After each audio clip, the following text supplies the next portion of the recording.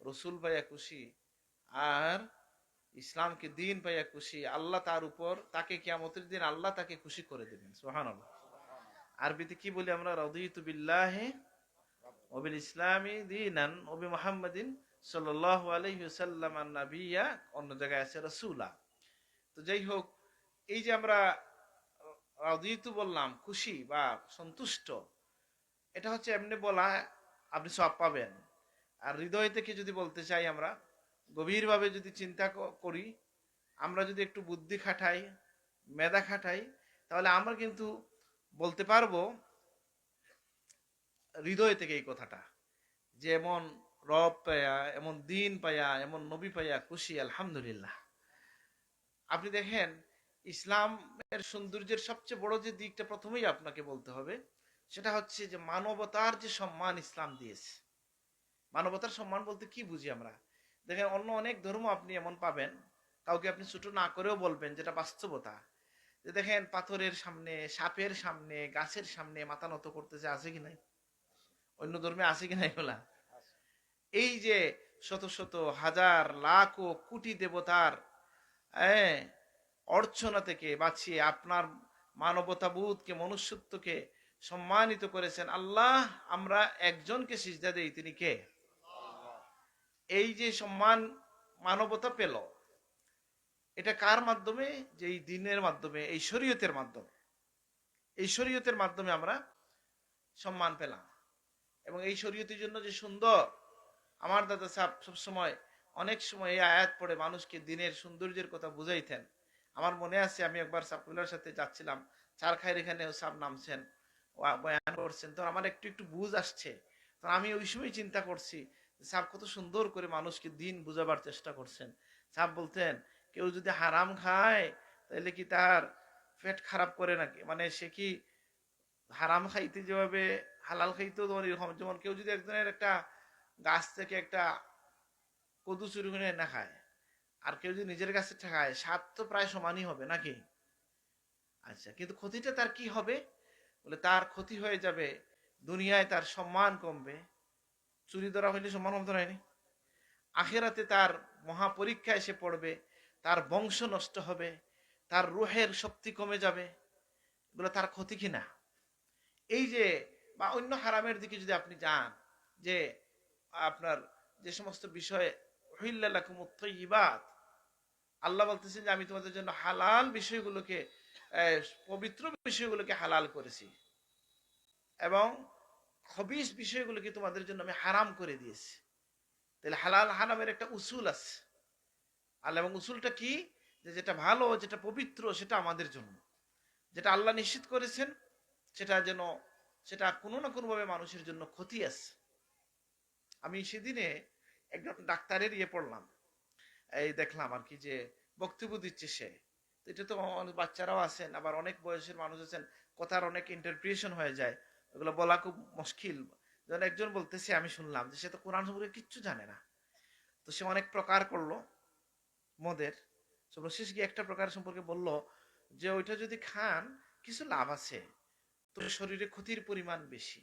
আমি বললাম সুবহান আল্লাহ, আল্লাহ যখন মদ হারাম করছেন, তো কি বলছেন? ঠিক এইভাবে কোরআনে বলছেন, বলছেন কিনা? ফিহিমা, আয়াতটা বলেন তো। এটার জন্য মানাফি আছে, ও ইসমুহুমা আকবারু মিন নাফইহিমা, বলেন এরকম আয়াত আছে কিনা? হ্যাঁ, যে এটার গুনাহ, এটা ক্ষতির দিকটা তার ভালাইয়ের চেয়েও কি বেশি। দেখেন, একজন ডাক্তার কি কোরআন পড়ে বললো এটা, না সে তার গবেষণা থেকে বললো? তার গবেষণা থেকে বললো। আর আল্লাহ কোরআনে এটাই বলে দিচ্ছেন, যে আমি তোমাদের জন্য অ্যালকোহল বা এটা মদ হারাম করেছি। এটার মধ্যে যদিও বাহ্যিকভাবে তোমার ক্ষতি, ভালো কিছু দেখায়, শারীরিকভাবে একটা জজবা তৈরি করে, শক্তি আসে, কিন্তু এই শক্তি এবং জজবার মধ্য দিয়া তোমার শরীরের অর্গানগুলোকে সেটা ধ্বংস করে ফেলে। তো যাই হোক, আমরা যেটা বললাম দিনের সৌন্দর্য কি, যে একটা হচ্ছে আমরা তাওহীদের মাধ্যমে, এক আল্লাহর ইবাদতের মধ্য দিয়া মানব জাতি সম্মানিত হলো। সম্মান তো দেখবেন কিয়ামতের ভয়াল দিনে, তাই না? জান্নাতে যাবেন। দুনিয়ায় যে সম্মানটা পেলেন আপনি, যে অহেতুক দুনিয়ার বস্তু নিচের কাছে মাথা নত করার কোনো প্রয়োজন আমাদের নাই। মাথা নত ওই অর্থে বলছি, ইবাদতের অর্থ, বিনয়ের অর্থে বলি নাই।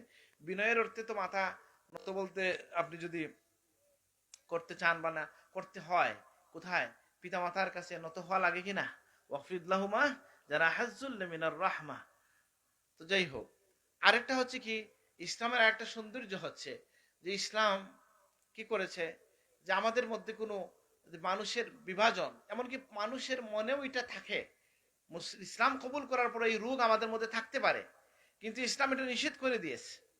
আগের যুগে ছিল পিতা মাতা, পিতা পিতৃপুরুষকে নিয়ে গৌরব করা, জাহেলি রোগের মধ্যে এগুলা ছিল, ফাখরিয়া ছিল, আল ফাখার বিল আব, মানে পিতারকে নিয়ে গৌরব করা, এটা ছিল পিতৃপুরুষকে নিয়ে গৌরব। ইসলাম এগুলো নিষিদ্ধ করে দিয়েছে যে গৌরব করা যাবে না। আপনি এতটুকু বলতে পারেন কি, যা আল্লাহ আমার পূর্বপুরুষকে ভালো রেখেছেন, যদি ইমানের দিক থেকে কোনো গুণ থাকে সেটা বলবেন, সুক্রিয়ার দৃষ্টিতে বলতে পারেন, গৌরব করা যাবে না। আর আল্লাহ নবী হাদিসের মধ্যে বলে দিয়েছেন কি, যে আল্লাহ তাআলা তোমাদেরকে এই সমস্ত বিষয় থেকে পবিত্র করেছেন, অকুল্লুকুম মিন আদম আদম মিন তুরাব ও কামা ক্বালা আলাইহিস সালাম, সকলেই হচ্ছে আদম থেকে, আদম হচ্ছে মাটি থেকে। সুতরাং মুসাওয়াল ইনসানি, যেটা মানবতার যে সাম্য, সেটা ইসলামের মাধ্যমে আমরা পেয়েছি, আল্লাহ নবীর শরীয়তের মাধ্যমে পেয়েছি, এই জন্য আমরা শুকরিয়া আদায় করি আলহামদুলিল্লাহ। এবার এটার জন্য, বোঝার জন্য আপনাকে কি লাগবে, যে একটু চিন্তা করতে হয়।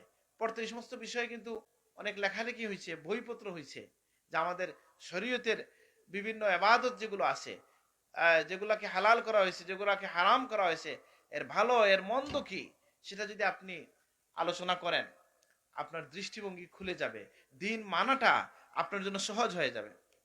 দেখেন, আমাদের দিনের আরেকটা সৌন্দর্যের দিক হচ্ছে যে আমরা কি করি, ইহসানকে, এটা কি করা হয়েছে, ইসলামের একটা অনুষঙ্গ বানায় দেওয়া হয়েছে। ইহসান বলতে যদি পরিভাষার দিকে যান, তাহলে তাসাউফকে হাদিসের ভাষায় ইহসান বলা হয়েছে নাকি? ইহসান মানে ইহসান আন তা'বুদাল্লাহ কাআন্নাকা তারাহু ফাইন লাম তাকুন তারাহু ফাইন্নাহু ইয়ারাকা। এটা হচ্ছে ইবাদতের ইহসান। আল্লাহ কোরআনে বলেছে আহসিনু ইন্নাল্লাহা ইউহিব্বুল মুহসিনিন। আর এমনি ইহসান যেটা বলা হচ্ছে, যেমন পিতামাতার সাথে ইহসান, ওয়াবিল ওয়ালিদাইনি ইহসানা, পিতামাতার সাথে তোমরা ইহসানের ব্যবহার করো। ওয়া আহসিনু ইন্নাল্লাহা ইউহিব্বুল মুহসিনিন, তোমরা কি করো, ইহসান করো, আল্লাহ মুহসিনিনদেরকে, ইহসান ওয়ালাদেরকে ভালোবাসেন। সুবহানাল্লাহ। এই ইহসানটা কার সাথে? সৃষ্টির সবার সাথে ইহসান করতে হয়। একজন আল্লাহ রসুল তখন এই হাদিস খানা বললেন, লম্বা হাদিস, যে এক লোক নামছিলেন কুপিপাসার্থ হইয়া, কিসের মধ্যে নামছে, কুয়ার মধ্যে, পানির কুয়ার মধ্যে নেমে এসে তিনি পানি পান করেছেন। আর পানি পান করে তিনি কি করেছেন, এই উঠছেন, উঠে দেখলেন যে একটা কুকুর এখানে মানে ইয়ে করতেছে, হাহুতাশ করতেছে। ওনার মনের মধ্যে আসলো যে হয়তো আমার মতো সেও তৃষার্ত। তিনি নেমে এর মুখে এক ডুক পানি দিলেন। আল্লাহ তাআলা ফাশাকারাল্লাহু লাহু, আল্লাহ তার জন্য শুকরিয়া করলেন, মানে আল্লাহ তার উপর খুশি হয়ে তাকে মাফ করে দিলেন। সুবহানাল্লাহ। সাহাবায়ে কেরাম বললেন, ইয়া রাসূলুল্লাহ, যে ইয়া রাসূলুল্লাহ, আমরা কি এই আমাদের হায়াওয়ানের জন্য যে আমরা যে ইয়ে করি, ইহসান করি, এটার জন্য কি বিনিময় আছে? নবীজি বলেন, লিকুল লিখাবিদিন রাতবাতিন, সকল হৃদয়ওয়ালা, মানে জানওয়ালা, এবং রাতবা বলা হয় সবুজ, মানে বুঝেন নেই, ধরেন বৃক্ষরাজি, তরুলতা। তো লিকুল্লি রাতবাতিন কাবিদিন রাতবাতিন আজরুহু, প্রত্যেকটা প্রাণী যেটা আছে, অথবা যে সমস্ত তৃণলতা আছে, তার সাথে কেউ যদি ভালো ব্যবহার করে, ইহসানের ব্যবহার করে, এর বিনিময়ে সে পাবে। সুবহানাল্লাহ। তাহলে কি বোঝা গেল, যে আপনি যে আপনার গরু আছে, এটাকে কি এমনি এমনি মারতে পারবেন? বিড়ালকে এমনি মারা যাবে? আমাদের মধ্যে এরকম নিষ্ঠুর মানুষ কিন্তু দেখবেন আছে, যে যারা কিনা ওই কোন প্রাণীকে কষ্ট দিয়ে অনেক সময় মজা পায়, দু একজন লোক এরকম দেখা যায় না অনেক সময়। এটা হচ্ছে জাহান্নামে হওয়ার আলামত। বুখারী শরীফে এটা আছে। এটা করা যাবে না কখনো। সৃষ্টির প্রতি যেন আপনার মনটা নরম হয়, দয়াদ্র হয়, আল্লাহ এটা চান। আল্লাহর গুণের রিফ্লেকশন আপনার আমার মধ্যে হবে। আল্লাহ আমাদেরকে ইহসানওয়ালা বানায় দেন, আমিন। আল্লাহর হাবিব কি বলেছেন, ইরহামু মান ফিল আরদি ইয়ারহামকুম মান ফিস সামা, তোমরা জমিনে যারা আছে তাদের প্রতি দয়ার আচরণ করো, উর্দু জগতে যিনি আছেন তিনি তোমাদেরকে দয়া করবেন। সুবহানাল্লাহ।